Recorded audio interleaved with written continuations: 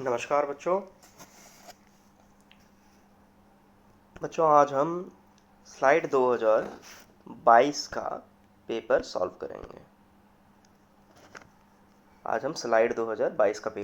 करेंगे। Paper solve करने से पहले मैं आपको अपने बारे में बता देता हूँ। मेरा नाम है अमन कुमार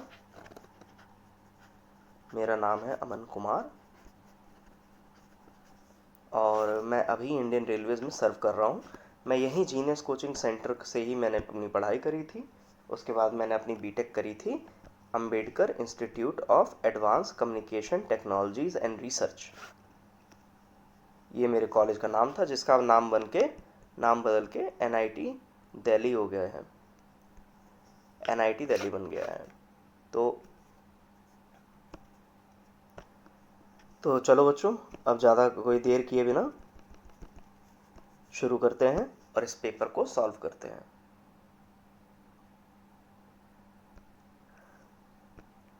तो बच्चों, हमारे सामने जो सबसे पहला क्वेश्चन है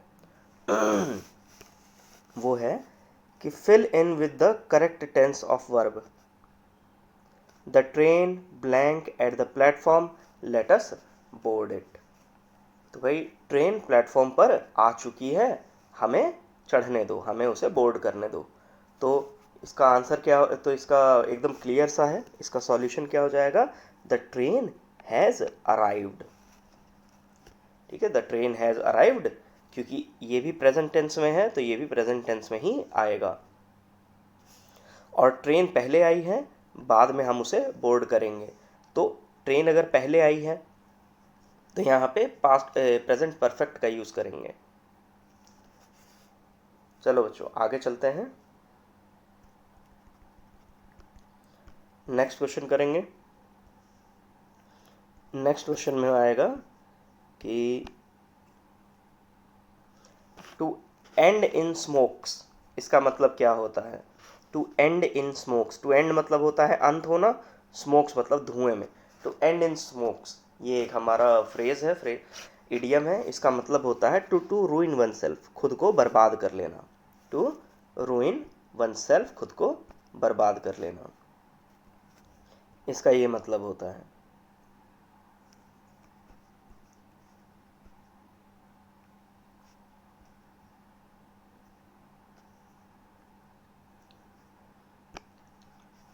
तो चलो बच्चों, आगे चलते हैं।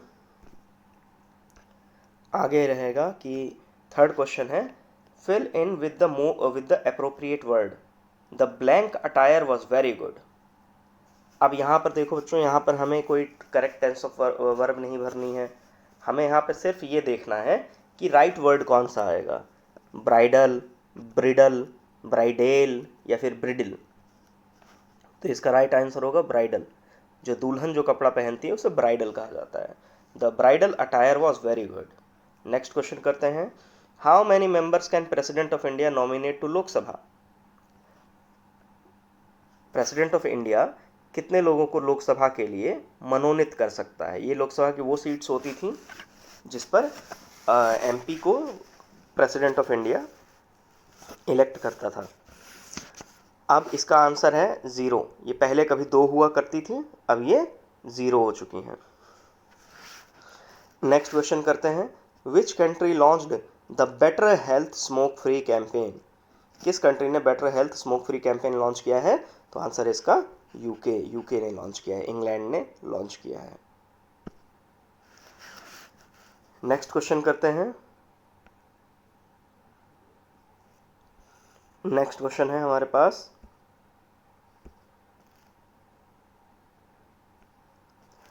fill in with the appropriate word. The trader needed to blank items for profit. भाई, ट्रेडर है, उसने प्रॉफिट के लिए आइटम को बटोर के रखा है, जमा करके रखा है। तो उसकी स्पेलिंग होगी, उसका मतलब होगा होर्ड। बटोर के रखना, जमा करके रखना, होर्ड करना।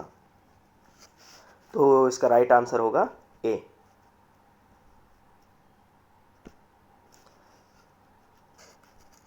नेक्स्ट क्वेश्चन है।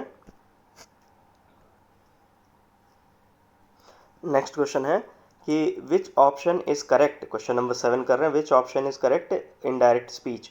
सी said to me, will he come? तो इस वाले क्वेश्चन में क्या होगा? सेड टू बदल जाएगा आस्क्ड में। क्यों आस्क्ड में बदलेगा? क्योंकि भाई क्वेश्चन पूछा गया है, क्योंकि इसमें कुछ बताया तो गया नहीं है, तो टोल्ड में तो बदला नहीं जाएगा। तो सेड टू किस में बदल जाएगा? आस्क्ड में। क्यों? क्योंकि आगे ये विल ही कम क्वेश्चन पूछा गया है। ठीक है, तो फिर इसे करते हैं आगे। विल ही कम, अब ये विल ही कम में क्या होगा? जब क्वेश्चन पूछा जाता है तो ये किस तरीके का क्वेश्चन है? क्या इसका आंसर यस और नो में दिया जा सकता है? विल ही कम, क्या वो आएगा? या तो आंसर होगा हाँ, या तो आंसर होगा नहीं। ओपन एंडेड जो क्वेश्चन, ये जो क्लोज एंडेड क्वेश्चन होते हैं जिनका आंसर यस या नो होता है, तो इसमें हम इफ़ का यूज़ करेंगे, इसमें हम इफ़ का यूज़ करेंगे। तो इसमें राइट आंसर क्या हो जाएगा? She asked me if, she asked me if he would come. उसने मुझसे पूछा कि क्या वो आएगा। नेक्स्ट क्वेश्चन करते हैं।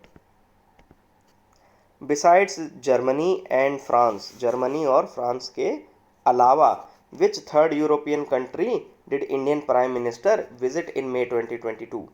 भारतीय प्राइम मिनिस्टर ने मई 2022 में जर्मनी और फ्रांस के अलावा और किस यूरोपियन कंट्री को विजिट किया? तो इसका आंसर होगा डेनमार्क। इसमें तो कुछ समझने वाली बात है नहीं, इसका आंसर होगा डेनमार्क। नेक्स्ट क्वेश्चन करते हैं। Question number 9, which option is correct indirect speech of he said to me come forward? कौन सा ऑप्शन सही होगा इनडायरेक्ट स्पीच का? Option A, he advised me to come forward. Option B, he told me to come forward. Option 3, he urged me to come forward, या any of the. बेटा ये तो सारे के सारे ऑप्शन सही होने चाहिए। क्यों? क्यों सही होने चाहिए?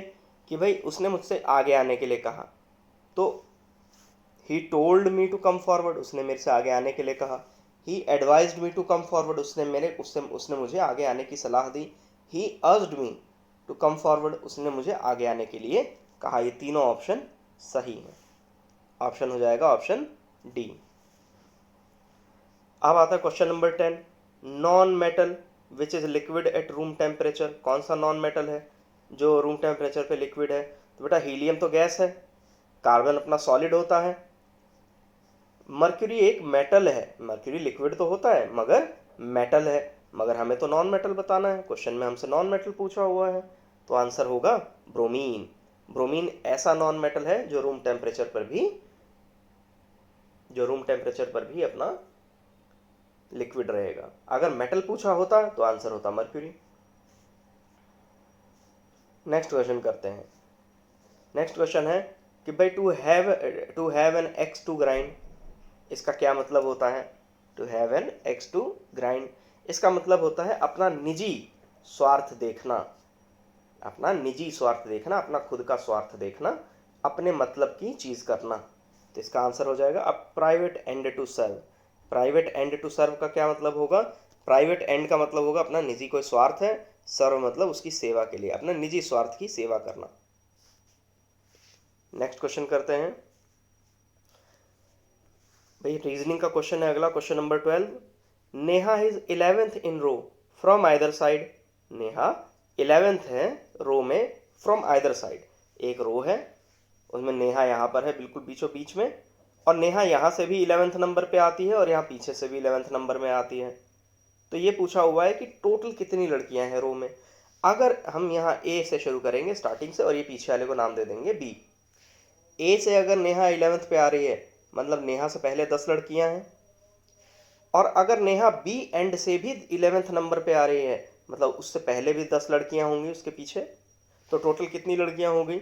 नेहा के आगे 10 लड़कियां, नेहा के पीछे 10 लड़कियां, और खुद नेहा। तो टोटल आंसर हो जाएगा 21। क्वेश्चन नंबर 12 का राइट आंसर होगा 21। क्वेश्चन नंबर 13 करते हैं। Fill the appropriate word he blank new strategy. अब बेटा देखो इसमें ऑप्शन तो आ नहीं रहा है मगर मैं आपको आंसर बता देता हूँ। ही डिवाइज्ड अ न्यू स्ट्रेटजी। तो इसमें क्या ये होगा डिवाइस्ड, तो ये ना आंसर नहीं हो सकता। डिवाइस्ड ये भी आंसर नहीं होगा। यहाँ पे आएगा DEVISED, डिवाइस्ड। तो इसमें ऑप्शन दिख नहीं रहा है, मगर इसका आंसर ये होगा। फर्क क्या है, यहाँ पे एस आएगा, यहाँ पे एस आएगा।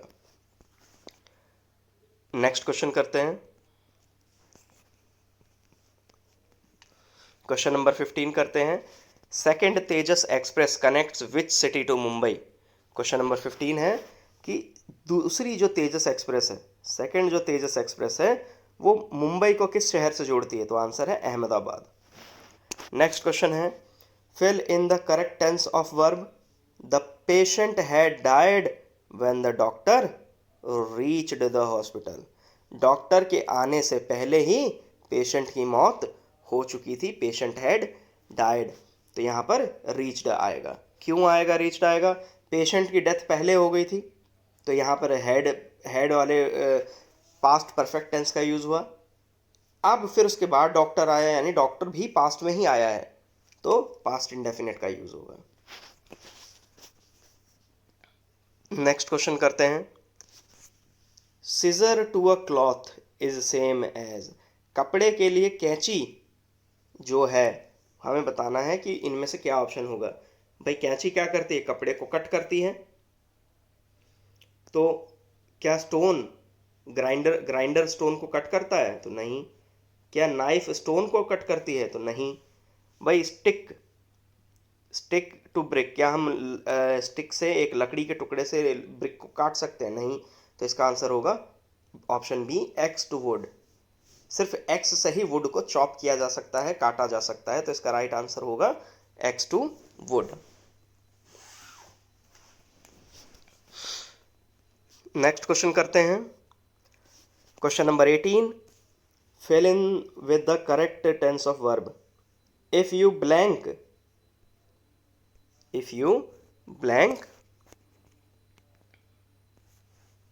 To the meeting I shall go. अगर आप यहाँ पर आंसर देखो बेटा क्या आएगा, अगर मैं तभी जाऊंगा जब आप जाओगे, तो क्या होगा, तो विल यहाँ पर आएगा गो। इफ यू गो, अगर आप जाते हो तभी मैं जाऊंगा, तो आंसर आएगा ऑप्शन बी। Next question. अब ब्लैक शीप का क्या मतलब होता है, ब्लैक शीप का मतलब क्या होता है, क्या अनलकी पर्सन होता है, तो नहीं। अगली पर्सन होता है, तो नहीं। एक लकी पर्सन होता है, तो नहीं। ब्लैक शीप का इन तीनों में से कोई मतलब नहीं होता है। नेक्स्ट क्वेश्चन है कि बॉक्साइट किसका ओर है। तो बेटा बॉक्साइट का जो ओर है,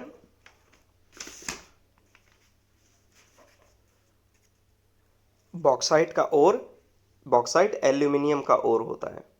अगर हम आयरन के ओर की बात देखें, तो आयरन का ओर क्या हो जाएगा, आयरन का ओर होगा हेमेटाइट एंड मैग्नेटाइट। मर्क्यूरी के ओर का क्या नाम होता है, तो सिनेबार, ये इसका मेजर ओर होता है। चल फिर आगे बढ़ते हैं नेक्स्ट क्वेश्चन की तरफ।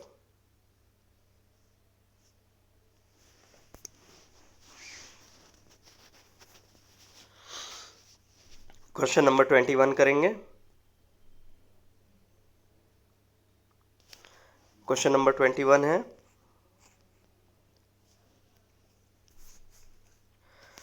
क्वेश्चन नंबर अपना 21 है कि भाई इसका डोमेन बताना है। हमारे पास ये फंक्शन दिया हुआ है, एक्सपोनेंशियल फंक्शन का एक्सपेंशन दिया हुआ है, और हमें बताना है कि इसका डोमेन क्या होगा। तो बेटा डोमेन उस वैल्यू को कहते हैं जो इसमें एंटर करी जा सकती है। एक्स की क्या वैल्यू एंटर करूं जो मुझे ये फंक्शन हमेशा एक राइट आंसर दे दे, या इस फंक्शन का एक वैलिड आंसर आ जाए। तो वैलिड आंसर का क्या मतलब होता है कि भाई फंक्शन की वैल्यू कभी भी इन्फिनिटी वगैरह नहीं होनी चाहिए, फंक्शन मुझे इन्फिनिटी वैल्यू रिटर्न ना करे, साथ ही साथ 1/0 जैसे फ्रैक्शंस में भी ना जाए, क्योंकि ये फ्रैक्शंस अनडिफाइंड होते हैं। तो राइट आंसर को क्या होगा इसमें, ऑप्शन बी। मैं माइनस इन्फिनिटी से लेके प्लस इन्फिनिटी के बीच में जो भी वैल्यू पुट करूँगा मुझे मिल जाएगा, मुझे एक वैलिड आंसर मिलेगा। नेक्स्ट क्वेश्चन करते हैं कि भाई इस फंक्शन का रेंज क्या होगा। फंक्शन है मेरे पास, क्वेश्चन नंबर 22 है कि y is equal to X divided by 1 plus X square. इसका रेंज क्या होगा? रेंज हम उस वैल्यू को कहते हैं जो इसका आउटपुट आता है। देखिए इस फंक्शन का आंसर किस किस वैल्यू की रेंज में आ सकता है। तो बेटा इसका आंसर होगा ऑप्शन बी। इसका आंसर होगा ऑप्शन बी। मैं इस वैल्यू के अंदर पुट करूंगा तो मुझे इसका राइट आंसर मिल जाएगा, -1/2 से लेके 1/2 तक। नेक्स्ट क्वेश्चन करेंगे।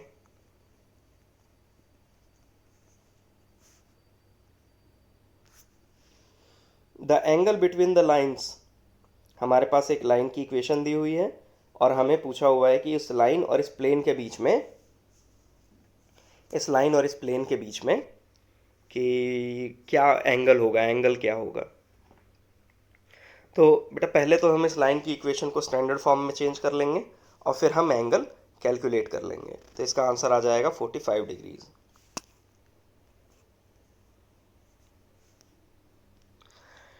नेक्स्ट क्वेश्चन है कि if the first term of an infinite GP, हमारे पास एक जियोमेट्रिक प्रोग्रेशन है, उसकी फर्स्ट टर्म 1 है और each term is twice the sum of the succeeding terms. हर एक जो टर्म है वो उससे पहले आने वाली सभी टर्म्स के सम का डबल है। तो ये पूछा हुआ है कि उसका कॉमन क्या होगा, कॉमन रेशो क्या होगा। तो इसका आंसर आएगा 1/3। ये बेटा आप खुद ही सॉल्व कर लेना। क्वेश्चन नंबर 25 है, if 4 0 is the vertex and Y axis the directrix of a parabola then focus is. Parabola का वर्टेक्स दिया हुआ है और डायरेक्ट्रिक्स दिया हुआ है, ये बताया हुआ है। अब पूछा हुआ है कि इसका फोकस कहाँ पर होगा, फोकस के कोऑर्डिनेट्स बताने हैं। तो उसका आंसर है ऑप्शन ए।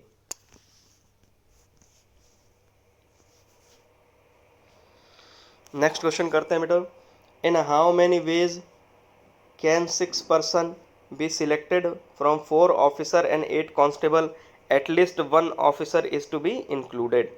ये कहा हुआ है कि हमारे पास 4 ऑफिसर हैं, 8 कांस्टेबल हैं और हमें टोटल 6 पर्सन सेलेक्ट करने हैं।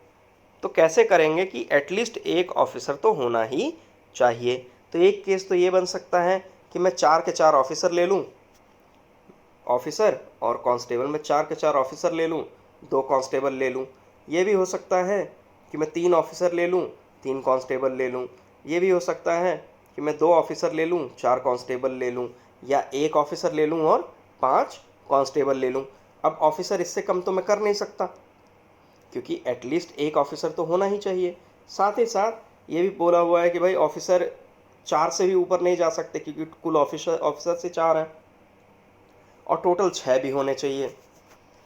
तो बस यही 4 पॉसिबल सिनेरियोज बन रहे हैं।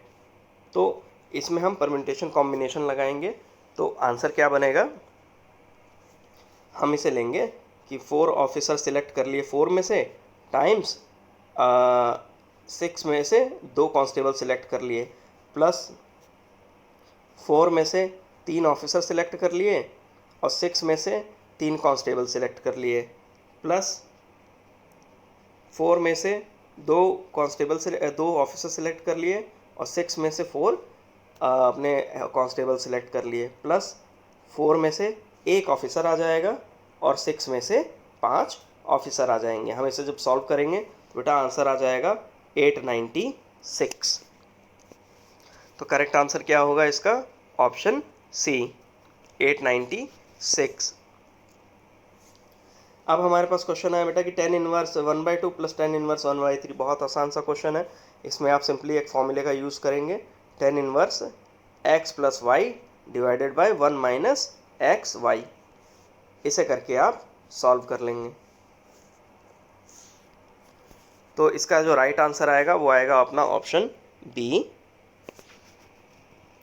इसका राइट आंसर आएगा ऑप्शन बी, π/6 है इसका राइट आंसर।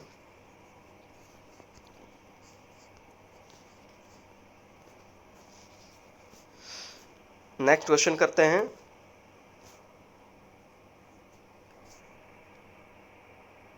क्वेश्चन नंबर 29 करेंगे। क्वेश्चन नंबर 29 करते हैं। क्वेश्चन नंबर 29 कहता है कि the differential equation of all straight lines passing through origin is, जो स्ट्रेट लाइंस हैं वो सारी ओरिजिन से पास हो रही हैं और हमें उसका डिफरेंशियल इक्वेशन बताना है। तो सबसे पहले तो हमें लाइन इक्वेशन बतानी होगी जो ओरिजिन से सभी पास हो रही हों, उसके बाद में हम उसको डिफरेंशिएट करके dy by D x form में लाके उसका डिफरेंशियल इक्वेशन निकाल सकते हैं।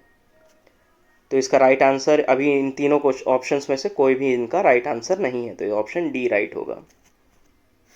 नेक्स्ट क्वेश्चन करते हैं।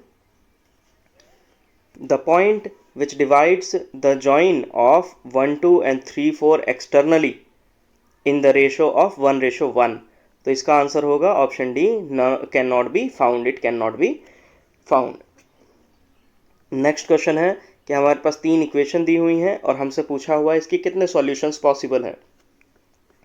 केवल 3 ही तरह के सॉल्यूशंस पॉसिबल होते हैं, unique solution, no solution and infinite number of solution. तो इन तीनों के लिए यूनिक सॉल्यूशन पॉसिबल है, इसका सिर्फ एक ही सॉल्यूशन होगा एक्स वाई और जी का। नेक्स्ट क्वेश्चन है the direction cosine of any normal to the X Y plane, कोई भी नॉर्मल है एक्स वाई प्लेन पर, उसके डायरेक्शन कोसाइंस क्या होंगे, तो ऑप्शन है उसका ऑप्शन डी, सिर्फ उसके डायरेक्शन कोसाइंस जेड डायरेक्शन में होंगे। नेक्स्ट क्वेश्चन करते हैं।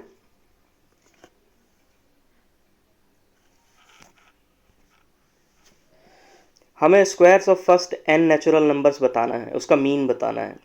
तो सम क्या होगा एन नेचुरल नंबर्स का, N N plus 1 2n+1 divided by 6। इसका मीन कैसे निकालेंगे, तो total n number of terms से डिवाइड कर देंगे, n से n कैंसिल हो जाएगा, आंसर आएगा n+1 2n+1 डिवाइड बाय 6। तो इसका राइट आंसर होगा ऑप्शन डी।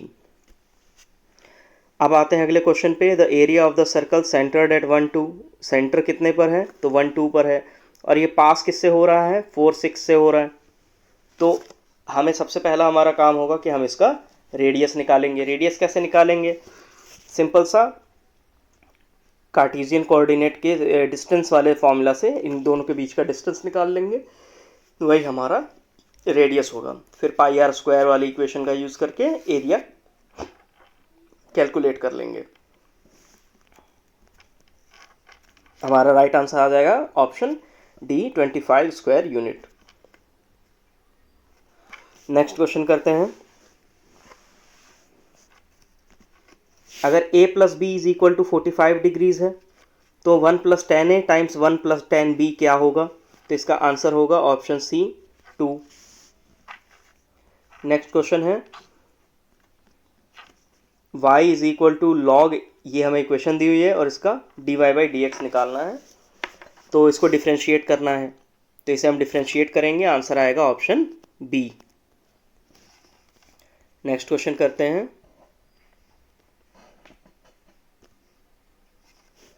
कि हमारा आंसर है यहाँ पर कि हमारा क्वेश्चन है यहाँ पर कि अगर एक फंक्शन है f of x, एक फंक्शन है g of x, अगर f of x कॉन्टिन्यूस है तो g of x और g of x डिसकंटिन्यूस है, तो इनमें से कौन सा कंडीशन सही होगा।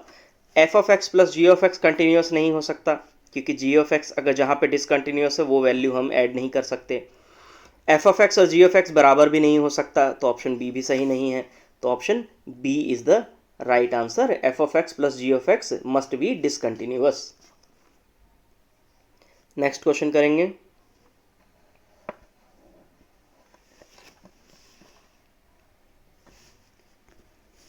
हमारे पास ये एक क्वाड्रेटिक इक्वेशन दी हुई है और ये कहा हुआ है कि इनके रूट्स का डिफरेंस यानी अल्फा और बीटा, अगर इसके दो रूट्स हैं तो उनका जो डिफरेंस है वो 1 है। तो हमसे पूछा हुआ है कि कौन सा ऑप्शन सही होगा, तो इसे कैलकुलेट करने के लिए पहले हम रूट्स निकाल लेंगे। अल्फा कॉमा बीटा का फॉर्मूला क्या होगा, -b plus minus √b² - 4ac divided by 2a।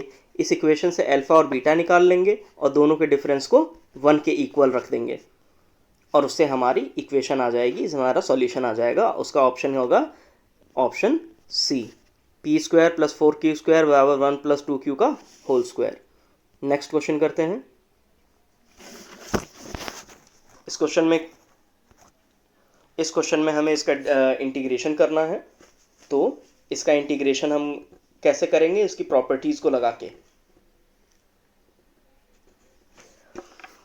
हम क्या करेंगे, इसमें प्रॉपर्टीज को लगाएंगे और उससे हम आंसर कैलकुलेट करेंगे। आएगा ऑप्शन सी। आप क्वेश्चन देखते हैं कि नेक्स्ट क्वेश्चन है 41, which one of the following samples contain the most molecules. किस सैंपल में सबसे ज़्यादा मॉलिक्यूल्स हैं। तो भाई इसमें देखते हैं क्वेश्चन। ऑप्शन ए है हमारा 1 mole of carbon dioxide, 1 mole of helium, 1 mole of acetic acid, and option d है all contain the same number of moles. तो आंसर होगा all contain the same number of molecules. क्यों? क्योंकि एक मोल के अंदर 6.022 इंटू 10⁻23 मॉलिक्यूल्स ही होते हैं, चाहे वो कार्बन डाइऑक्साइड के हों, हीलियम के हों या एसिटिक एसिड के हों। एक मोल का मतलब ही इतना होता है। जैसे 1 डजन का क्या मतलब होता है, 1 डजन का मतलब होता है 12। 1 मोल का मतलब होता है एवोगाद्रो नंबर, इतना। तो इसका आंसर होगा कि all contain the same number of molecules. Next question है, ये क्वेश्चन केमिस्ट्री का है कि which molecule contains an sp hybridised atom. तो इसका आंसर आएगा HCN। बेसिकली फॉर्मूला होता है साइनाइड का। नेक्स्ट क्वेश्चन है, which of the following statement most accurately describes the characteristics of the transition metals. तो इसका आंसर है option A, the transition metals have little variability in the ionization energies. इसका answer होगा option A. Next question करते हैं, which of the following element is less electronegative than carbon. Carbon से जो कम electronegative होगा। तो इसका आंसर क्या होगा हमारा सिलिकन। सिलिकन कार्बन से कम इलेक्ट्रोनेगेटिव होगा। क्यों? क्योंकि सिलिकन कार्बन के नीचे आता है पीरियोडिक टेबल में। पीरियोडिक टेबल में जैसे ही हम अप से डाउन की तरफ जाएंगे, टॉप से बॉटम की तरफ जाएंगे, हमारी इलेक्ट्रोनेगेटिविटी कम होते चली जाएगी। इलेक्ट्रोनेगेटिविटी कम होते चली जाएगी। जैसे यहाँ पर हमारे पास 2 एलिमेंट दिए हुए हैं, fluorine and chlorine. Chlorine fluorine के नीचे आता है, तो इसीलिए क्लोरीन कम इलेक्ट्रोनेगेटिव होगा फ्लोरीन के कंपैरिजन में। तो कार्बन से कौन कम होगा? जो कार्बन के नीचे आता हो, यानी silicon. Option C. Next question करते हैं, among these which one has the maximum value of second ionization energy. तो इसका आंसर है ऑप्शन ए, लिथियम। इसकी सेकेंड आयनाइजेशन एनर्जी बहुत हाई होगी। नेक्स्ट क्वेश्चन है, which principle or rule limits the maximum number of electrons in an orbital to 2। किस rule की वजह से, किससे हम ये जानते हैं कि भाई एक ऑर्बिटल में 2 ही इलेक्ट्रॉन्स हो सकते हैं, उससे ज़्यादा नहीं हो सकते हैं। तो उसका आंसर होगा Pauli exclusion principle. Pauli exclusion principle ही हमें बताता है कि किसी ऑर्बिटल के अंदर मैक्सिमम 2 इलेक्ट्रॉन हो सकते हैं, 2 से ऊपर नहीं होगा, 3 नहीं हो सकता, 4 नहीं हो सकता। किसी एक ऑर्बिटल के अंदर केवल और केवल 2 ही रहेंगे। नेक्स्ट क्वेश्चन करते हैं, which of the following molecules does not involve hydrogen bond formation. भाई इनमें से कौन सा ऐसा मॉलिक्यूल है जिसमें हाइड्रोजन बॉन्ड नहीं बनता। तो उसका आंसर आएगा KCl, क्योंकि इसमें हाइड्रोजन है ही नहीं। नेक्स्ट क्वेश्चन करते हैं, ये रहा कि among the following which lacks an octet of valence electron. Question ये है कि हमारे पास ये 3 ऑप्शन दिए हुए हैं, इनमें से कौन है जिसके पास वैलेंस इलेक्ट्रॉन का ऑक्टेट नहीं होता। तो हमारा राइट आंसर होगा इसमें BH3, option D.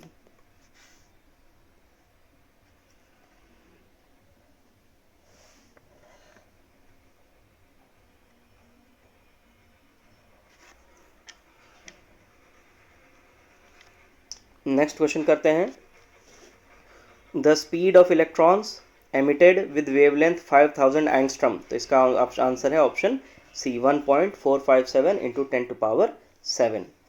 Next question है कि कैल्शियम का इलेक्ट्रॉनिक कॉन्फ़िगरेशन क्या होगा? तो इसका आंसर है option C, 1s2 2s2 2p6 3s2 3p6।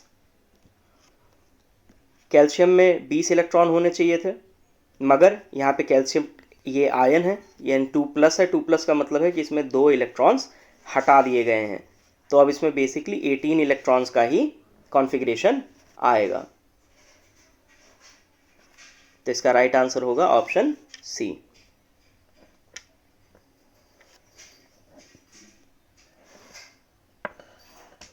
Question number 52, for an electron that has n is equal to 4 and m is equal to -2, which statement is correct? The electron may be in a d orbital। ये इसका right answer होगा। Next question है हमारा, what is the oxidation number of chlorine in HClO4? तो इसका right answer है option A. Next question है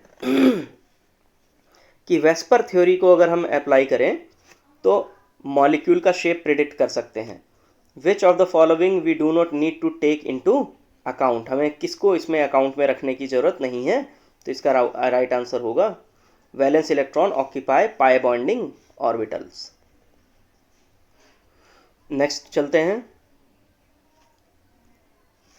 according to molecular orbital theory what will be the bond order of N2+?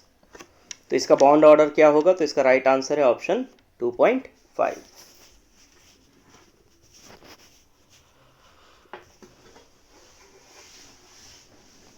अगला question है कि x ray को प्रोड्यूस करने के लिए हमें हाई एटॉमिक नंबर के किसी एलिमेंट को किससे बॉम्बार्ड करना पड़ता है? किसकी बॉम्बार्डमेंट करनी पड़ती है? तो इसका राइट आंसर है ऑप्शन बी, इलेक्ट्रॉन्स की। नेक्स्ट क्वेश्चन है, इन इलेक्ट्रोमैग्नेटिक वेव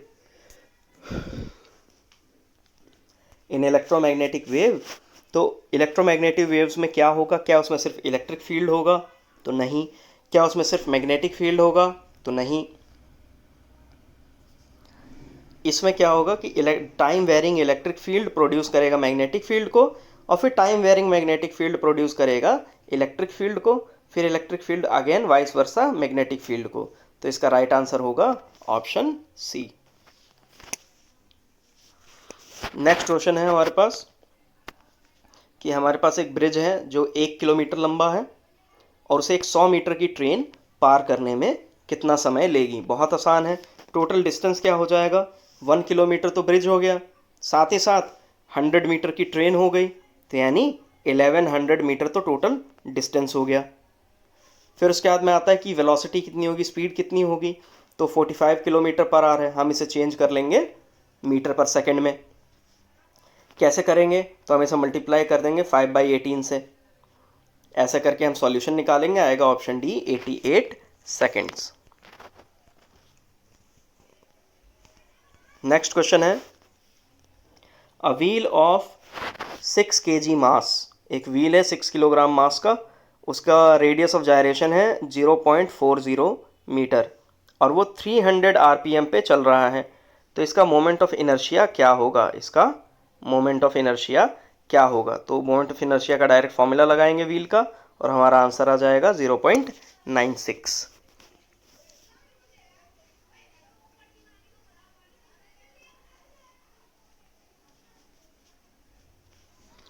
नेक्स्ट क्वेश्चन करते हैं, the moment of momentum is called, momentum के मोमेंट को क्या कहते हैं? तो आंसर है angular momentum.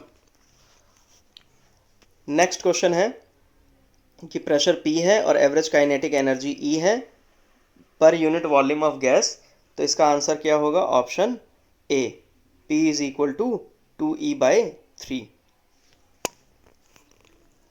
Displacement current appears in, भाई डिस्प्लेसमेंट करंट किस में आएगा? तो डिस्प्लेसमेंट करंट बेसिकली आता है AC करंट वाले सर्किट्स में, ऐसे सर्किट जहां पर इलेक्ट्रिक फील्ड वेरी कर रही हो। तो आंसर आएगा option a, time varying electric field. Next question है, the maximum range of a gun along horizontal is 16 kilometre. कोई गन है जिसे हॉरिजॉन्टली फायर करें तो 16 किलोमीटर की रेंज है। अगर जी की वैल्यू हम 10 ले लें और तो इसी पूछा है कि मजल वेलोसिटी क्या होगी, तो इस क्वेश्चन का आंसर एकदम सीधा सा है। फिजिक्स में एक कॉन्सेप्ट आता है ट्रेजेक्ट्री, ट्रेजेक्ट्री के हम इक्वेशंस को फॉलो करेंगे और उससे हमें आंसर आ जाएगा ऑप्शन ए।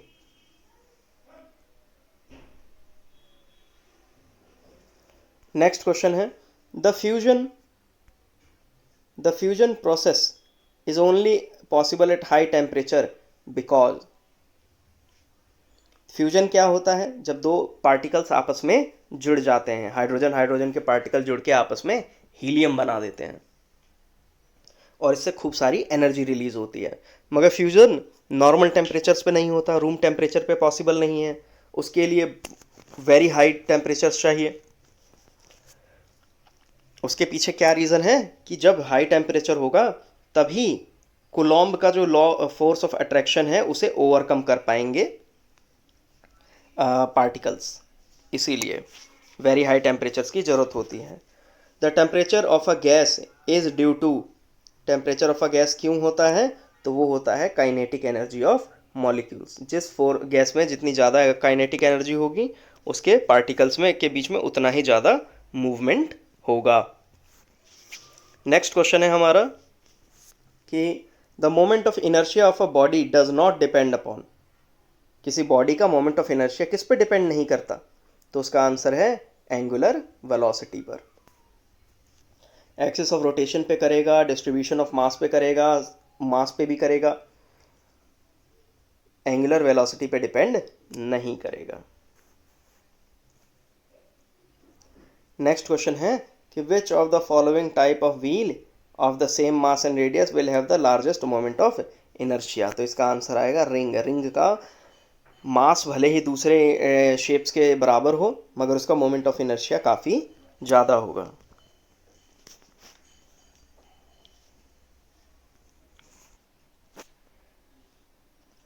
हमसे पूछा गया है नेक्स्ट क्वेश्चन में कि the activity of a certain nucleotide, कोई हमारे पास रेडियो एक्टिव एलिमेंट है, उसकी एक्टिविटी 15% डिक्रीज हो रही है, उसकी 15% तक डिक्रीज हो गई। 100% थी एक्टिविटी और उसमें 10 दिन के बाद केवल 15% एक्टिविटी बची हुई है, मतलब 85% एक्टिविटी वो कर रहा है, इसकी डिक्रीज हो गई है।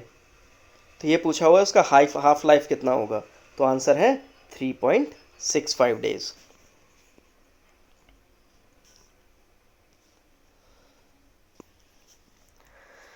क्वेश्चन है a system has a complex conjugate root pair of multiplicity 2 or more in its characteristic equation. The impulse response of the system will be।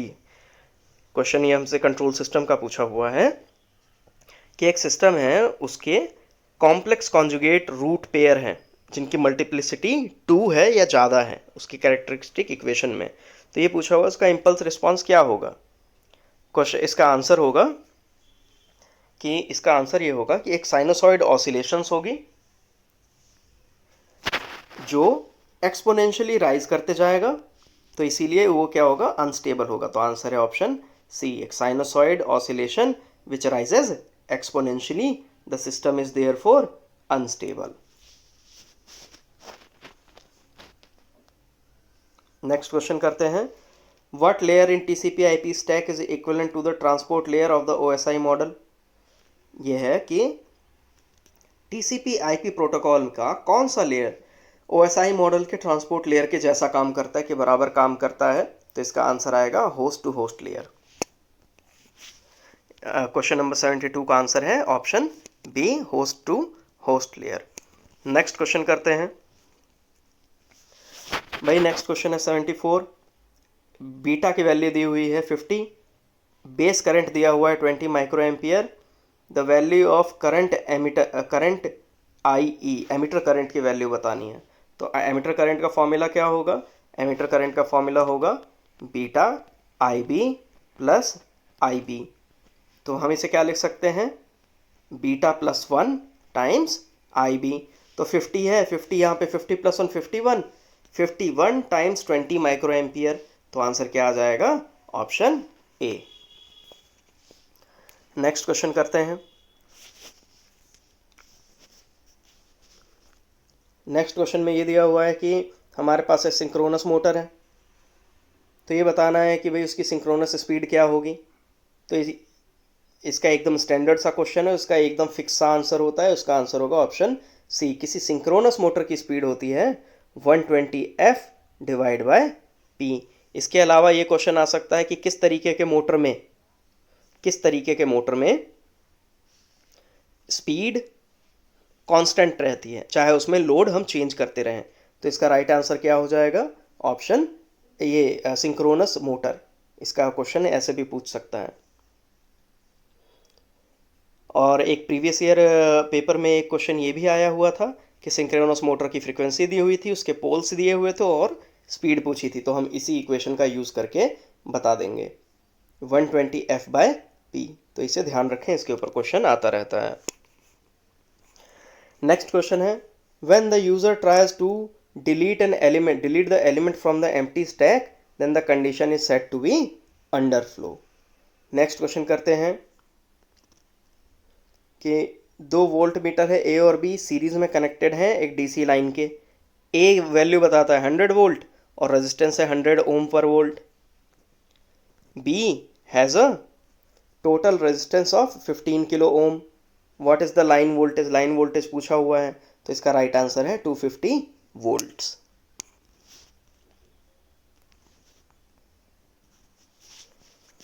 Next question है the two's complement representation in 8 bit format इतना है, the equivalent hexadecimal representation क्या होगा। तो ये question बहुत ही easy है। Twos complement से पहले हम चेंज कर लेंगे बाइनरी नंबर में। बाइनरी नंबर में हम 4 के ग्रुप्स बनाएंगे और उसे हम हेक्साडेसिमल में चेंज कर देंगे। तो एक बार इसे करके देखते हैं। 110 1 फिर 4 टाइम्स 0। इसका टूज कॉम्प्लीमेंट से 1 में कैसे इसको बाइनरी में कैसे चेंज करेंगे, तो सेम लिखते जाएंगे जीरोस को जब तक कि फर्स्ट 1 ना आ जाए, और जो फर्स्ट 1 है उसे एज इट इज़ लिख देंगे और बाकी सबका कॉम्प्लीमेंट ले लेंगे। तो 1 0 0 ये आ गया।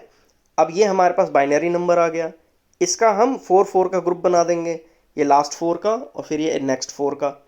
ये हो जाएगा हमारे पास 3 इक्विवेलेंट होगा इसका, और ये होगा 0 का इक्विवेलेंट। तो हमारा हेक्साडेसिमल नंबर आ जाएगा 30। तो राइट आंसर होगा ऑप्शन बी। नेक्स्ट क्वेश्चन करते हैं।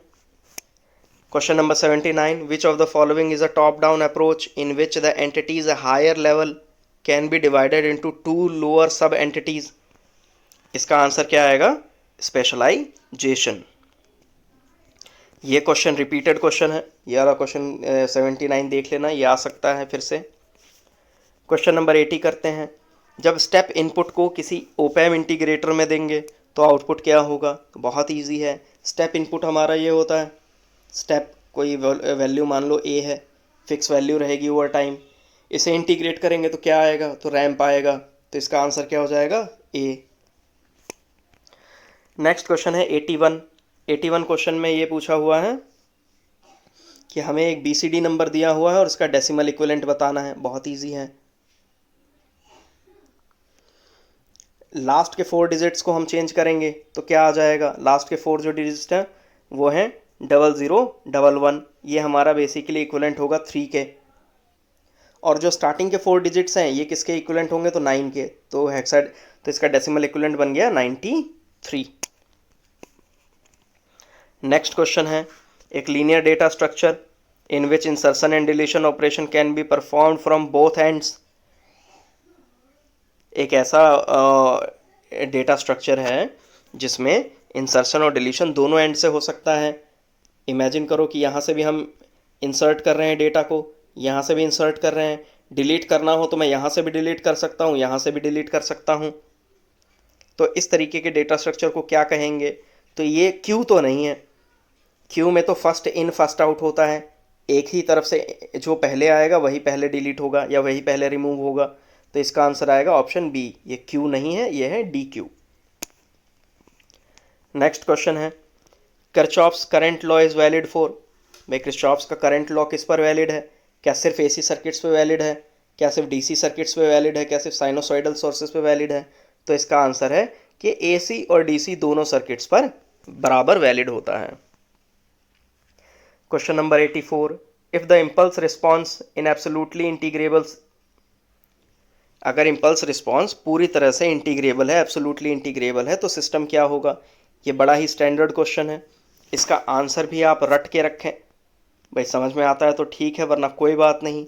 अगर इम्पल्स रिस्पॉन्स एब्सोल्युटली इंटीग्रेबल है तो सिस्टम भी एब्सोल्युटली स्टेबल होगा। तो ऑप्शन डी आ गया राइट आंसर। नेक्स्ट क्वेश्चन है हमारे पास क्वेश्चन नंबर 85। क्वेश्चन नंबर 85 में हमसे दो चीज़ें पूछी हुई हैं। पहला कि भाई आउटपुट वोल्टेज बताएं, दूसरा ये बताना है कि करंट क्या होगा ये 5.6 किलो ओम में से। सिलिकॉन का फॉरवर्ड बायस वोल्टेज होता है 0.7 वोल्ट। जर्मेनियम का फॉरवर्ड वोल्टेज ड्रॉप होता है 0.3 वोल्ट। अब हम यहाँ पर देखेंगे तो यहाँ पर देखने को क्या मिलेगा कि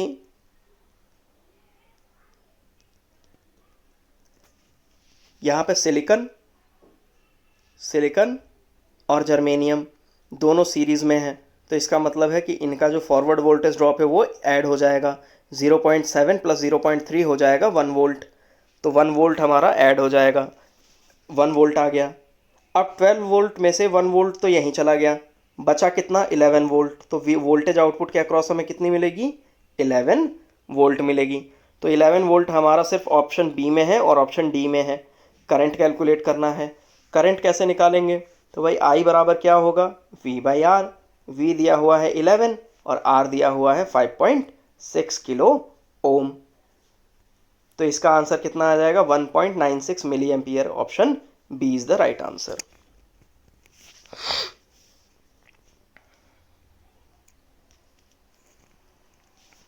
नेक्स्ट क्वेश्चन करते हैं कि which of the following is a private IP address. कौन सा इन चारों ऑप्शंस में से कौन है जो प्राइवेट आईपी एड्रेस हो? तो इसका आंसर है ऑप्शन डी। 192 वाले जो होते हैं ये प्राइवेट आईपी एड्रेसेस होते हैं। नेक्स्ट क्वेश्चन है 87, operating system and utility software किसके एग्जाम्पल हैं? तो इसका आंसर आएगा ए, सिस्टम सॉफ्टवेयर के। नेक्स्ट क्वेश्चन करते हैं question number 88, the smallest entity of a memory cell. Memory cell की स्मॉलेस्ट एंटिटी को क्या कहते हैं? तो आंसर आएगा ऑप्शन ए, सेल। मेमोरी की स्मॉलेस्ट एंटिटी को सेल कहा जाता है। नेक्स्ट क्वेश्चन करते हैं, which of the following command is a type of data definition language command. Data definition language command का एक टाइप क्या होगा? तो ऑप्शन है ए, क्रिएट। नेक्स्ट क्वेश्चन है, if the double pair of poles are lying on J omega axis on imaging axis the system is unstable होगा। बिल्कुल सही बात है। अगर डबल पेयर है जे ओमेगा एक्सिस पर, अगर डबल पेयर आ रहा है तो ये हमारा अनस्टेबल होगा, सिस्टम अनस्टेबल होगा। नेक्स्ट क्वेश्चन है, on doubling the number of turns of a coil of inductance. भाई इंडक्टेंस के कॉइल को अगर हम डबल कर देंगे नंबर ऑफ टर्न्स को तो क्या होगा? तो इंडक्टेंस पे क्या असर पड़ेगा? तो इंडक्टेंस 4 गुना हो जाएगा। अगर हम 2 टाइम्स करेंगे नंबर ऑफ टर्न्स को तो इंडक्टेंस 4 टाइम्स हो जाएगा। इक्वेशन क्या होगी? भाई इंडक्टेंस है हमारा, इंडक्टेंस की इक्वेशन होगी mu naught capital N square A divide by L. भाई एन का स्क्वायर हो रहा है, अगर मैं एन को डबल करूंगा तो इंडक्टेंस डबल का स्क्वायर यानी 4 टाइम्स हो जाएगा। अगर मैं मोटी वायर्स का यूज़ करूंगा, थिक वायर का यूज़ करूंगा तो भी इंडक्टेंस इंक्रीज हो जाएगा। अगर मैं लेंथ को इंक्रीज कर दूंगा तो इंडक्टेंस नीचे डिक्रीज हो जाएगा। तो इस फॉर्मूला को ध्यान में रखना है, इस तरह के क्वेश्चंस बहुत पूछे जाते हैं। नेक्स्ट क्वेश्चन है क्वेश्चन नंबर 92, एक सुपर हेटेरोडाइन रिसीवर है जिसमें इंटरमीडिएट फ्रीक्वेंसी जो है वो है 455 किलो हर्ट्ज। ये इसे ट्यून किया गया है 1200 किलो हर्ट्ज पे, 1200 किलो हर्ट्ज पे। तो इमेज फ्रीक्वेंसी क्या होगी? भाई हमें सिग्नल कितना रिसीव हो रहा है? सिग्नल की फ्रीक्वेंसी है 1200 किलो हर्ट्ज। आई एफ दिया हुआ है हमें 455 किलो हर्ट्ज। ये पूछा हुआ है कि इमेज फ्रीक्वेंसी क्या होगी, तो सिंपल है, F S plus 2 times I F, ये होता है इमेज फ्रीक्वेंसी का इक्वेशन। तो इसमें आंसर क्या आ गया हमारा 2100 किलो हर्ट्ज। नेक्स्ट क्वेश्चन करते हैं, क्लाउड का एग्जाम्पल क्या है, क्वेश्चन नंबर 93 में पूछा हुआ है कि एग्जाम्पल ऑफ क्लाउड क्या है। तो अमेजॉन वेब सर्विस भी क्लाउड है, सिस्को वेबएक्स भी क्लाउड है, माइक्रोसॉफ्ट का ड्रॉप बॉक्स भी क्लाउड है। तो इसका राइट आंसर होगा option d, all of the above.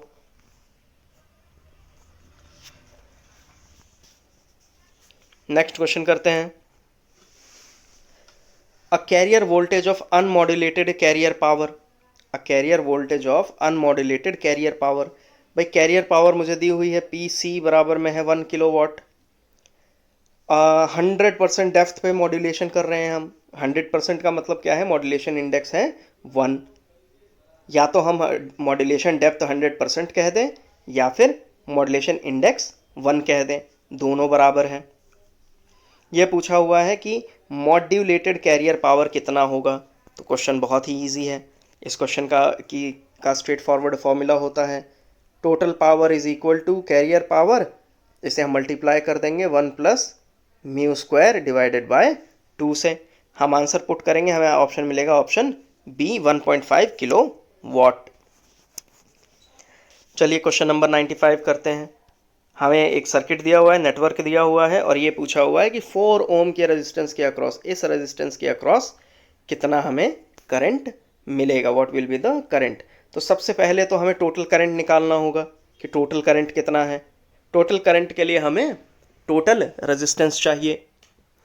तो टोटल रेजिस्टेंस को कैसे कैलकुलेट करेंगे, सर्किट में देखेंगे तो ये जो 4 ओम है, सर्किट में 4 ओम और 3 ओम ये हमारे सीरीज में कनेक्टेड हैं। तो सीरीज में कनेक्टेड है तो इनका नेट रेजिस्टेंस क्या हो जाएगा, 7 + 3 7 ओम। अब ये जो 7 ओम है ये पैरेलली कनेक्टेड है इस 2 ओम से, तो 7 पैरेलल में 2 ओम होगा, तो रेजिस्टेंस क्या होगा,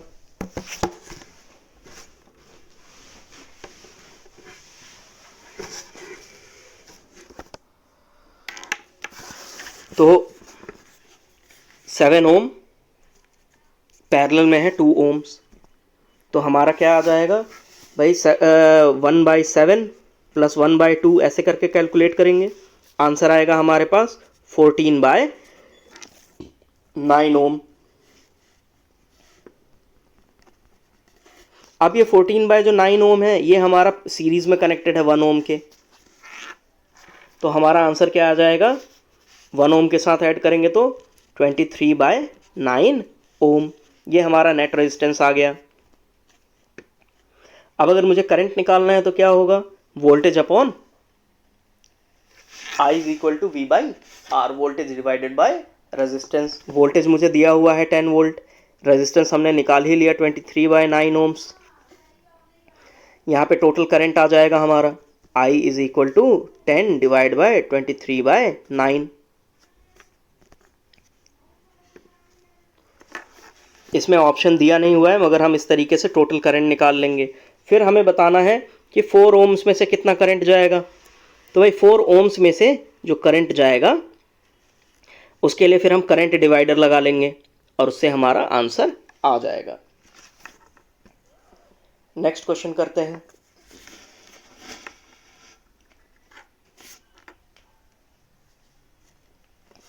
नेक्स्ट क्वेश्चन कह रहा है कि हमारे पास ये नेटवर्क है, हमारे पास एक नेटवर्क दिया हुआ है। अब इस नेटवर्क में हमारे पास जो 2 ओम का रेजिस्टेंस है, ये बीचों बीच में 2 ओम का रेजिस्टेंस है, ये पूछा हुआ है कि इस 2 ओम के रेजिस्टेंस में कितना वोल्टेज आएगा, इसके अक्रॉस कितनी वोल्टेज आएगी। बेसिकली हमसे कहा हुआ है कि ये जो नोड ए दिया हुआ है हमारे पास, इस नोड ए पर बताना है कि यहाँ पर कितनी वोल्टेज है। तो इसे हम कैलकुलेट करेंगे। अब यहाँ पर लिखा हुआ है कि भाई सुपरपोजिशन थ्योरम से निकालें। क्वेश्चन में हमें क्या दिया हुआ है कि सुपरपोजिशन थ्योरम का यूज़ करके निकालें। मगर ये तो एमसीक्यू क्वेश्चंस है, इसमें हमें कोई डिस्क्रिप्टिव एग्जाम तो देना नहीं है, हमें लिख के तो एक्सप्लेन करना नहीं है, तो इसमें तो हम कोई सी भी इक्वेशन लगा के यूज़ कर सकते हैं। तो हम इस पर नोडल एनालिसिस लगा लेंगे और नोडल एनालिसिस को लगा के हम यहाँ पे वैल्यू कैलकुलेट करेंगे। मान लेते हैं कि ए नोड पर जो वोल्टेज है वो है x वोल्ट, x वोल्ट है, तो x माइनस में 20 divide by 20 plus x divide by 2 plus x minus 10 divide by 10 equal to 0। इसे सॉल्व करेंगे तो आंसर आएगा ऑप्शन बी।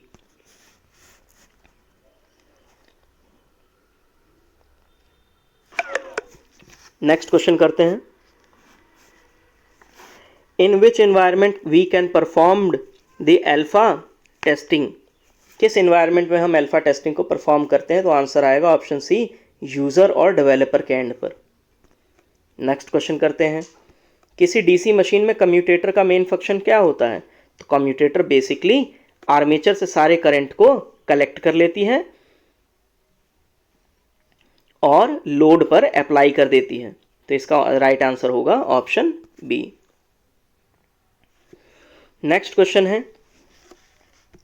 कि एक क्यू है हमारे पास, हमने डेटाबेस में पढ़ा होगा, कंप्यूटर आर्किटेक्चर में पढ़ा होगा कि क्यू किस तरीके का डिज़ाइन होता है। ये पूछा है कि वो किस प्रिंसिपल को फॉलो करता है। भाई लास्ट इन फर्स्ट आउट को स्टैक फॉलो करता है, क्यू फॉलो करता है फर्स्ट इन फर्स्ट आउट को। नेक्स्ट क्वेश्चन करते हैं। बूटस्ट्रैपिंग को क्या कहा जाता है, बूटस्ट्रैपिंग का एक नाम कोल्ड बूट भी होता है। नेक्स्ट क्वेश्चन है। Assembler automate the translation of assembly language into machine language. Assembler क्या करता है, तो असेंबली लैंग्वेज को चेंज कर देता है मशीन लैंग्वेज में, तो option B is the right answer. Question number 2। Question number 2 है कि what is the main intent of project matrix. Project matrix का मेन रीजन क्या होता है, क्या इंटेंशन होती है, तो इसका आंसर है option D, to minimize the development schedule and evaluate the ongoing projects quality on a daily basis. Project को डेली चेक करना होता है इसका मेन काम, कि क्वालिटी ठीक है या नहीं है। Next question 103।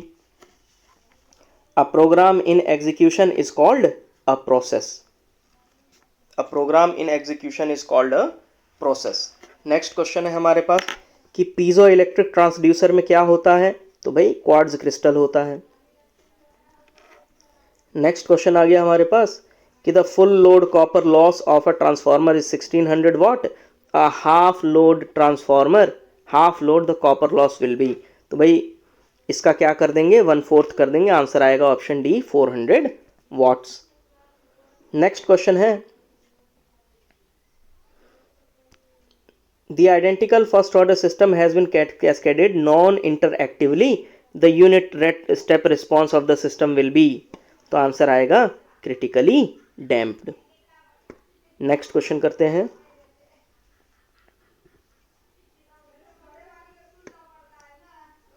In a transistor amplifier ICQ 5 milli ampere दिया हुआ है, AC कलेक्टर करंट दिया हुआ है 1 मिली एम्पियर पीक और लोड दिया हुआ है 1 किलो ओम, तो इसमें एवरेज डीसी पावर निकालनी है। एवरेज डीसी पावर आएगी 25 मिली वॉट। नेक्स्ट क्वेश्चन करते हैं कि भाई हमारे पास नेक्स्ट क्वेश्चन दिया हुआ है, एक इनपुट अप्लाई हुआ है 9 वोल्ट का, एक अप्लाई हुआ है 12 वोल्ट का, ओपैम्प का गेन दिया हुआ है 4 और हमसे ये पूछा हुआ है कि आउटपुट वोल्टेज क्या होगी। तो भाई ओपैम्प तो जो डिफरेंस अप्लाई होगा दोनों के टर्मिनल पे उसको एम्पलीफाई करेगा। एक है 12 वोल्ट, एक है 9 वोल्ट, डिफरेंस हो गया 3 वोल्ट का, और ओपैम्प का खुद का गेन है 4, तो ये 3 वोल्ट को 4 से मल्टीप्लाई कर देंगे, आंसर आएगा option C 12 volt. Next question करते हैं।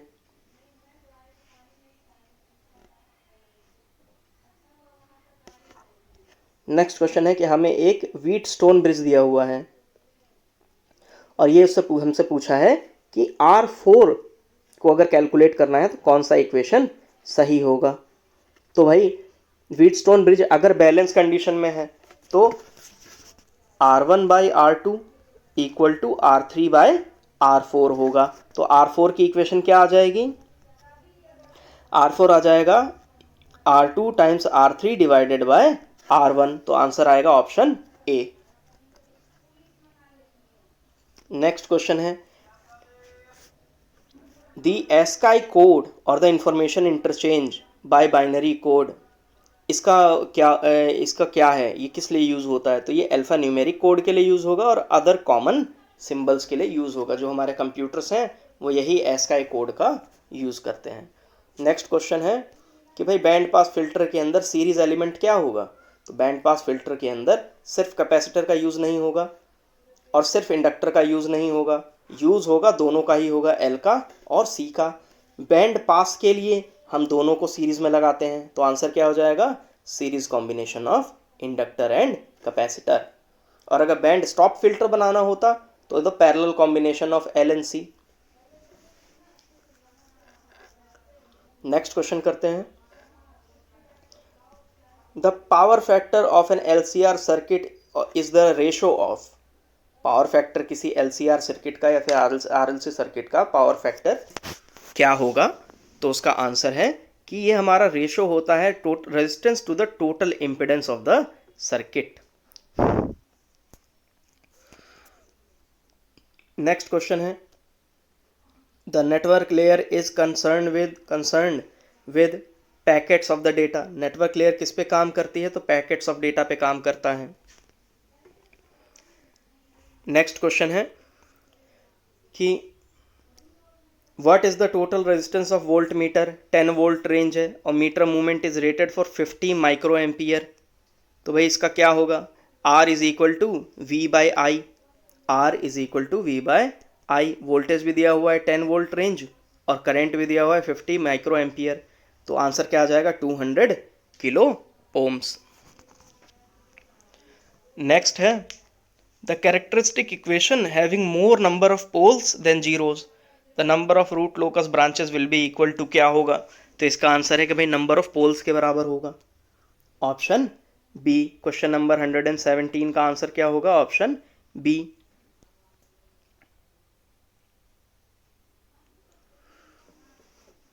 नेक्स्ट क्वेश्चन है कि डेटा अबाउट डेटा को क्या बोला जाता है? डेटा अबाउट डेटा को बोला जाता है मेटा डेटा। अगर आपने कभी HTML में कोडिंग करी हो, आपने वेब पेज क्रिएट करने की कोशिश की हो, तो वहाँ पे वेब पेज के डेटा के बारे में भी हम डेटा क्रिएट करते हैं, उसे कहा जाता है मेटा डेटा। तो इस तरीके से आप याद रख सकते हैं, data about data is called Meta data. A study about studies is called a Meta study. तो मेटा डेटा क्या होता है? डेटा के बारे में डेटा जो बनता है उसे मेटा डेटा बोलते हैं। नेक्स्ट क्वेश्चन है कि नेक्स्ट क्वेश्चन ये है कि किसी स्टैक के अंदर पहले 1 फिर 2 फिर 3 फिर 4 को ऐड किया गया है, तो रिमूवल का ऑर्डर क्या होगा? किस ऑर्डर में रिमूव होंगे, किस ऑर्डर में निकाले जाएंगे? तो स्टैक काम करता है last in first out.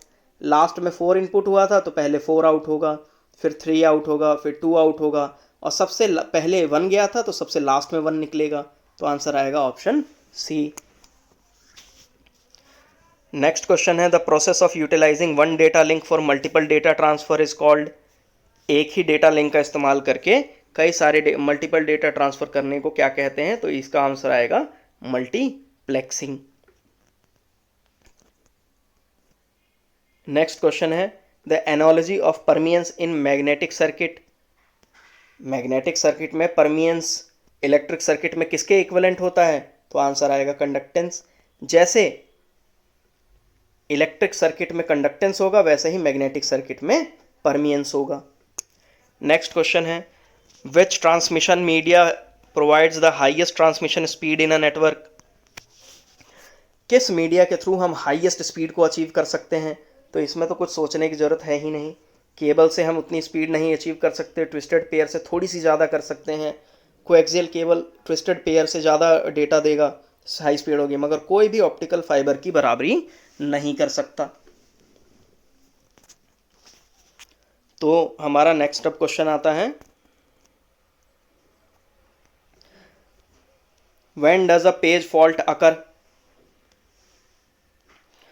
Page fault कब होता है? तो इसका आंसर आएगा option C, the page data does not present in memory. जब मेमोरी में पेज डेटा ना हो तब पेज फॉल्ट अकर होता है। नेक्स्ट क्वेश्चन है कि गैल्वेनोमीटर को कैसे हम ए मीटर में चेंज करेंगे। बहुत ही स्टैंडर्ड सा क्वेश्चन है और इसका बिल्कुल सीधा सा आंसर है कि भाई हम गैल्वेनोमीटर के पैरेलल में एक लो रेजिस्टेंस लगा देंगे जिसे हम शंट बोलते हैं। तो हम क्या करेंगे कि हम शंट लगा अटैच कर देंगे पैरेलल में गैल्वेनोमीटर के, इससे वो चेंज हो जाएगा ए मीटर में। नेक्स्ट क्वेश्चन करते हैं।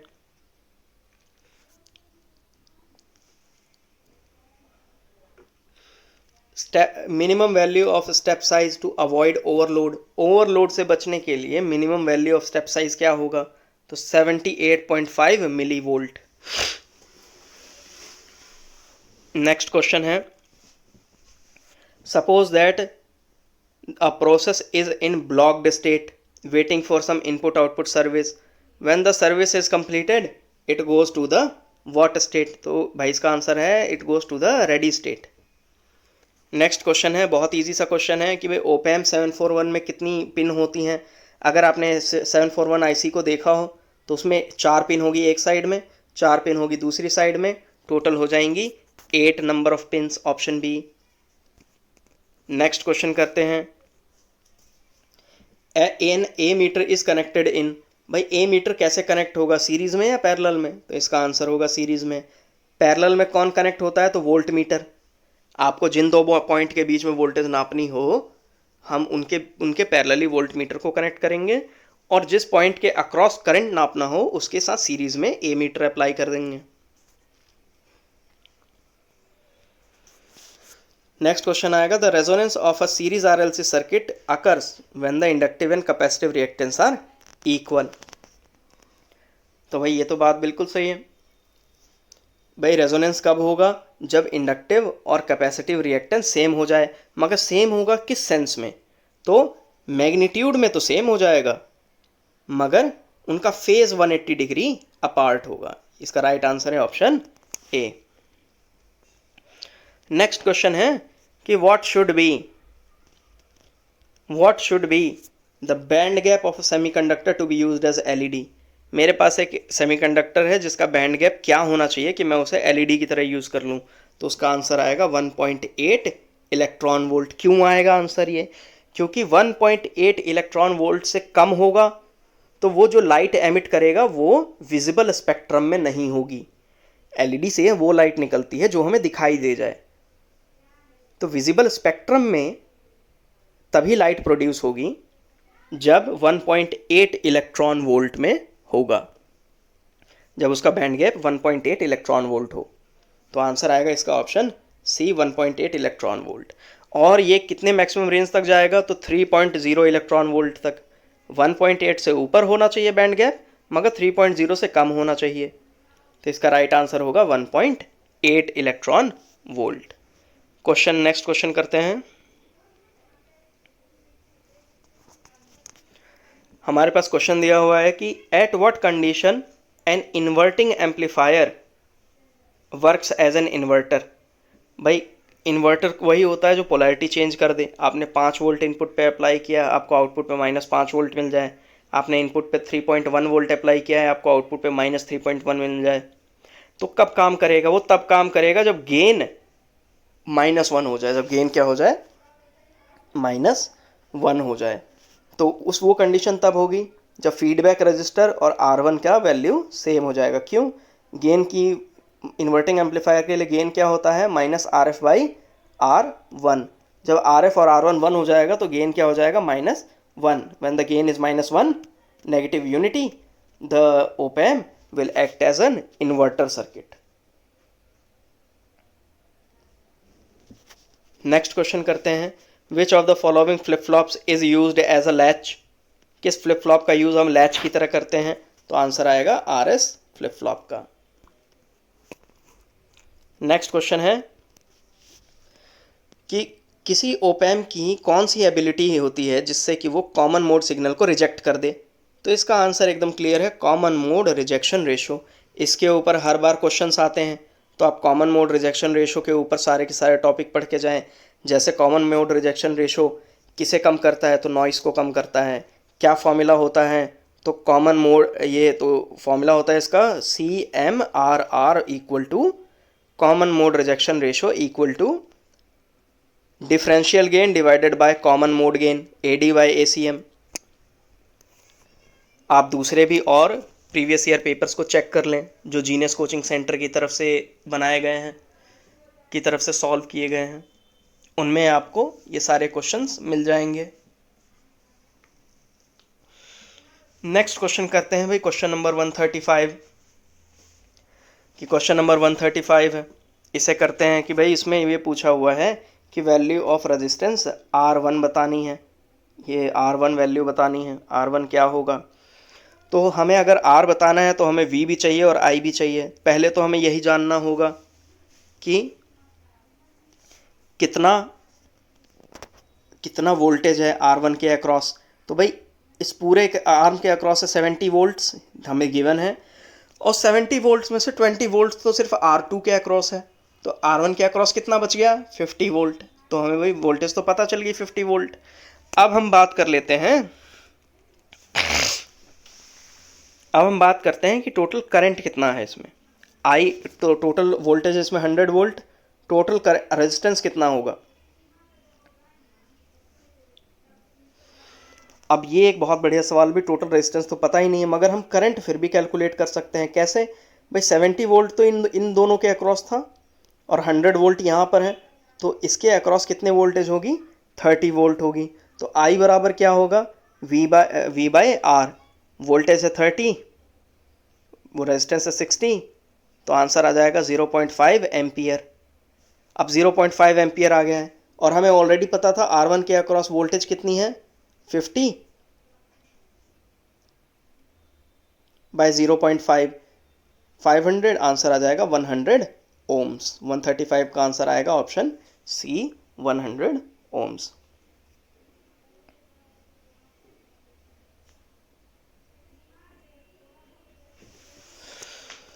क्वेश्चन नंबर है 136, the ability of the receiver to select the wanted signal among the various incoming signal. हमारे पास कोई रिसीवर है, रिसीवर क्या कर रहा है कि एक सर्टेन फ्रिक्वेंसी को पिक कर ले रहा है, बाकी सभी फ्रिक्वेंसी को रिजेक्ट कर दे रहा है। इसे क्या कहा जाता है, इसे कहा जाता है selectivity, option B. Next question है कि which of the following is the address generated by the CPU। CPU से कौन सा एड्रेस जनरेट होता है, तो इसका आंसर है ऑप्शन सी, लॉजिकल एड्रेस। फिर हमारा नेक्स्ट क्वेश्चन है, find out the resolution of the 8-बिट DAC, 8-बिट DAC। इसका रेजोल्यूशन क्या होगा, तो बहुत सिंपल है, इसका हो जाएगा 2 की power 8, 256, option C. Question number 40 दिया हुआ है कि फोर्क का क्या मीनिंग होता है। फोर्क का मीनिंग होता है कि अ creation of a new process. जब न्यू प्रोसेस क्रिएट होता है तो उसे हम कहते हैं फोर्क।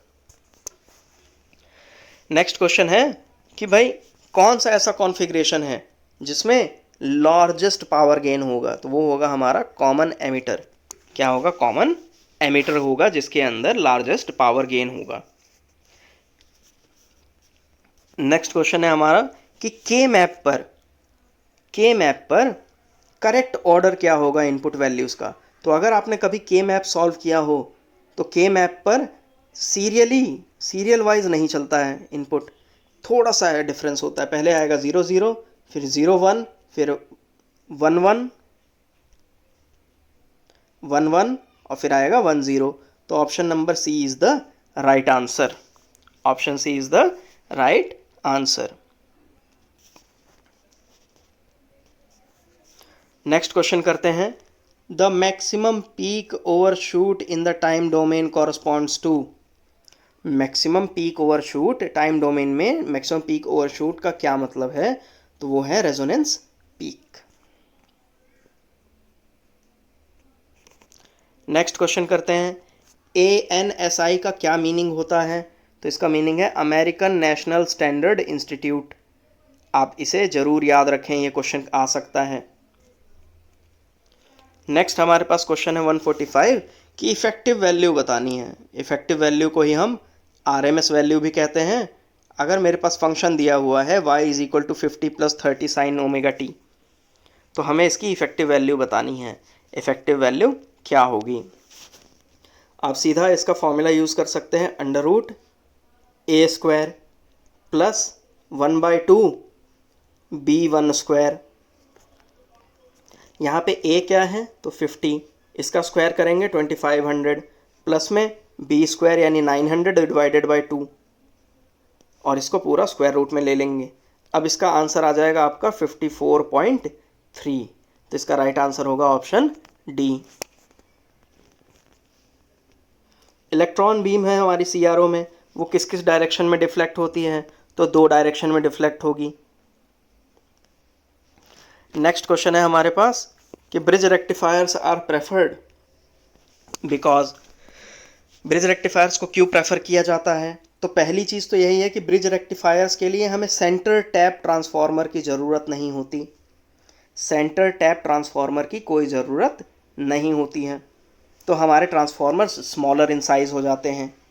दूसरा, उनमें पीक इन्वर्स वोल्टेज भी कम होता है, तो अगर आपका पीक इन्वर्स वोल्टेज कम है तो आपके डायोड्स कॉस्ट इफ़ेक्टिव होंगे।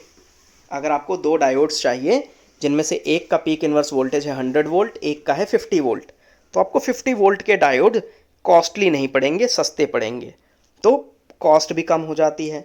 तो ब्रिज रेक्टिफायर्स का इसलिए यूज़ किया जाता है, तो आंसर आएगा ऑप्शन सी। नेक्स्ट क्वेश्चन है कि मैक्सिमम पावर ट्रांसफर थ्योरम में DC voltage source will deliver maximum power to the variable load resistor when the load resistance is equal to. इसका आंसर आएगा ऑप्शन डी।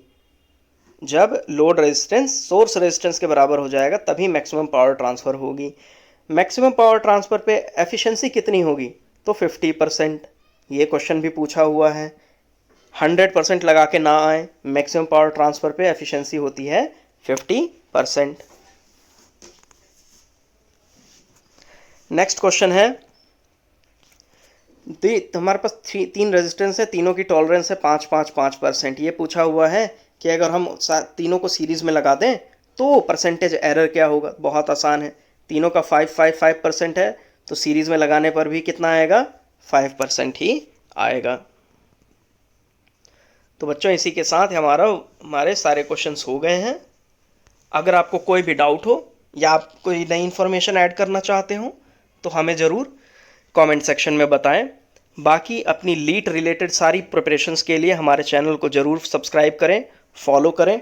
इस video को अगर video पसंद आई तो अपने फ्रेंड्स के साथ ज़रूर शेयर करें। हम ऐसे ही और वीडियोस डालते रहेंगे। और अगर आप अपनी पूरी कंप्लीट प्रिपरेशन करना चाहते हैं तो जीनियस कोचिंग सेंटर को आके ज्वाइन करें। ये सबसे बेस्ट कोचिंग सेंटर है लेटरल एंट्री की प्रिपरेशन के लिए। हमने टॉप रैंकर्स प्रोड्यूस किए हैं टाइम एंड टाइम अगेन। आएँ, इस कोचिंग सेंटर को ज़रूर ज्वाइन करें और बाकी अपना ध्यान रखें। आपके पेपर के लिए गुड लक।